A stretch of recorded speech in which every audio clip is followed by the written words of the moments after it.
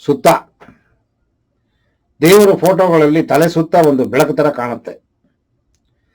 ಅದು ಬರೀ ತಲೆ ಸುತ್ತ ಮಾತ್ರ ಅಲ್ಲ, ನಿಮ್ಮ ದೇಹ ಯಾವ ಶೇಪಲ್ಲಿದೆ ಆ ಶೇಪಲ್ಲಿ ನಿಮ್ಮ ದೇಹಕ್ಕೆ ಅಂಟ್ಕೊಂಡು ಹೊರಗಡೆ ಕಾಣುತ್ತೆ. ಅದು ಪ್ರತಿಯೊಂದು ಜೀವವಸ್ತುಗಳಿಗೂ ಇದೆ. ಒಂದು ಸೊಳ್ಳೆ ಕೂಡ ಇದೆ. ಅದು ಕತ್ತೆ, ನಾಯಿ, ಕುದುರೆ, ಸೊಳ್ಳೆ, ಮನುಷ್ಯ, ಪ್ರತಿಯೊಂದಕ್ಕೂ ಇದೆ. ಈ ಆತ್ಮಶಕ್ತಿಯನ್ನ ಪ್ರವಾಳಿ ಅಂತ ಕರಿತೀವಿ. ಇದು ದೇಹದ ಹೊರಗಡೆ 7 ಕೋಶಗಳು. ಕೋಶಗಳು ಅಂತಂದ್ರೆ block, first block, second block, third block, fourth block, seventh block, ಆ ಥರ 7 ಬ್ಲಾಕ್. ನಮ್ಮ ಫಿಸಿಕಲ್ ಬಾಡಿ ಶೇಪ್ ಹೆಂಗಿದೆ ಆ ರೀತಿ ದೇಹವನ್ನು ಸುತ್ತ ಹರಡಿಕೊಂಡಿದೆ.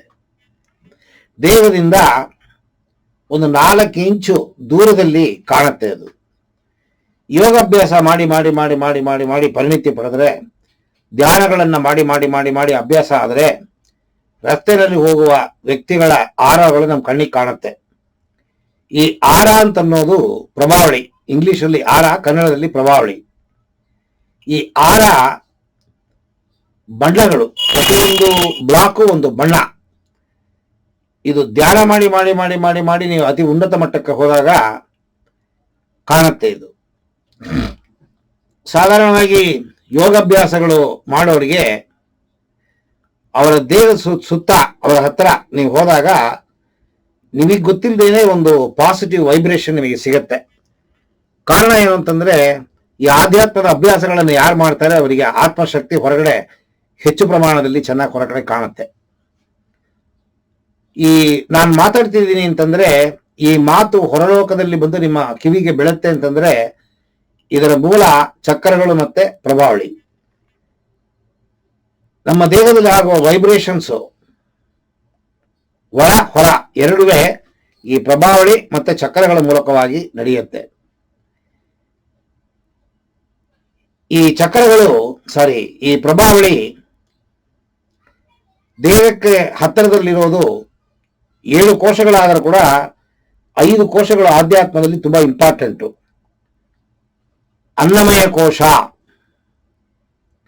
ಪ್ರಾಣಮಯ ಕೋಶ, ಮನೋಮಯ ಕೋಶ, ವಿಜ್ಞಾನಮಯ ಕೋಶ, ಆನಂದಮಯ ಕೋಶ. 5 ಕೋಶಗಳು. ಅನ್ನಮಯ ಕೋಶ ಅಂತಂದ್ರೆ ಫಿಸಿಕಲ್ ಬಾಡಿ, ಸ್ಥೂಲ ಶರೀರ. ಪ್ರಾಣಮಯ ಕೋಶ ಅಂದ್ರೆ ಪ್ರಾಣಶಕ್ತಿ. ದೇಹದಲ್ಲಿ ಎಲ್ಲಾ ಕಡೆನೂ ಪ್ರಾಣ ಹರಿತಾ ಇದೆ.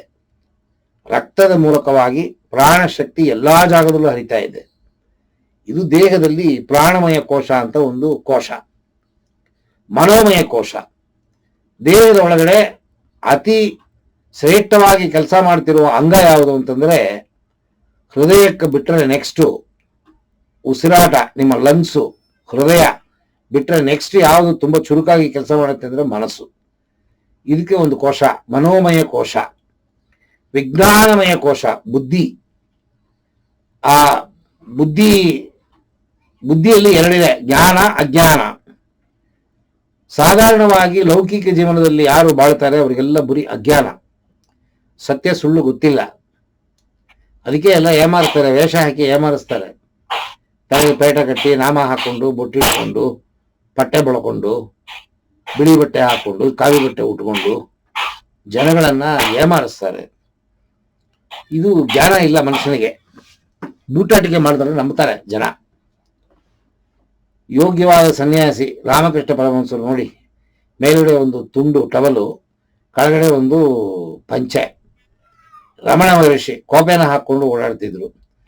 ಆ ರೀತಿ ಯೋಗಿಗಳು ಸತ್ಯವಾಗಿ ನಡ್ಕೊಳ್ತಾರೆ. ಸತ್ಯವಾದ ಯೋಗಿ ಅಲ್ಲದೇ ಇರೋರು, ಅಸತ್ಯವಾದವರು ಜನಗಳನ್ನ ಏಮಾರಿಸೋದಕ್ಕೋಸ್ಕರ ವೇಷ ಹಾಕ್ತಾರೆ. ಇದು ಬುದ್ಧಿ ಇದ್ರೆ ಮಾತ್ರ ನೀವು ಕಂಡುಹಿಡ್ಕೊಳಕ್ ಸಾಧ್ಯ. ಜೀವನದಲ್ಲಿ ಬೇಕಾಷ್ಟು ನೋವುಗಳು, ದುಃಖಗಳು, ಕಷ್ಟಗಳು ಏನೇನೋ ಬರುತ್ತೆ. ಡಿಸಿಷನ್ ಮೇಕಿಂಗ್ ತುಂಬಾ ತೊಂದರೆ. ಕಾರಣ ಏನು ಅಂತಂದ್ರೆ ನಾವು ಅಜ್ಞಾನದಲ್ಲಿದ್ದೀವಿ. ಇದಕ್ಕೆ ಒಂದು ಕೋಶ. ಅಜ್ಞಾನದ ಪಕ್ಕದಲ್ಲಿ ಆನಂದಮಯ ಕೋಶ. ಈ ಆನಂದಮಯ ಕೋಶ ಅಂತ ಅನ್ನೋದು ಸಂತೋಷ. ಸಂತೋಷ ಅಂತಂದ್ರೆ ಕಾಫಿ ಕುಡಿಯೋದು, ಟೀ ಕುಡಿಯೋದು, ಎಣ್ಣೆ ಹೊಡೆಯೋದು, ಅಪಿನ್ನು, ಚರಸ್ಸು, ಗಂಜಸ್ಸು, ಗಾಂಜಾ ಆ ಸಂತೋಷ ಅಲ್ಲ. ಇದು ಆನಂದ, ಸಚ್ಚಿದಾನಂದ, ಪರಮಾನಂದ. ಇದು ಆಧ್ಯಾತ್ಮದಲ್ಲಿ ತುಂಬಾ ಆಳವಾಗಿ ಸಾಧನೆ ಮಾಡೋರಿಗೆ ಮಾತ್ರ ಸಿಗತ್ತೆ. ಇದು ಕೊನೆ ಕೋಶ. ಇದಾದ್ಮೇಲೆ ಇನ್ನು ಎರಡಿದೆ, ಅದರ ಬಗ್ಗೆ ಬೇಕಾಗಿಲ್ಲ.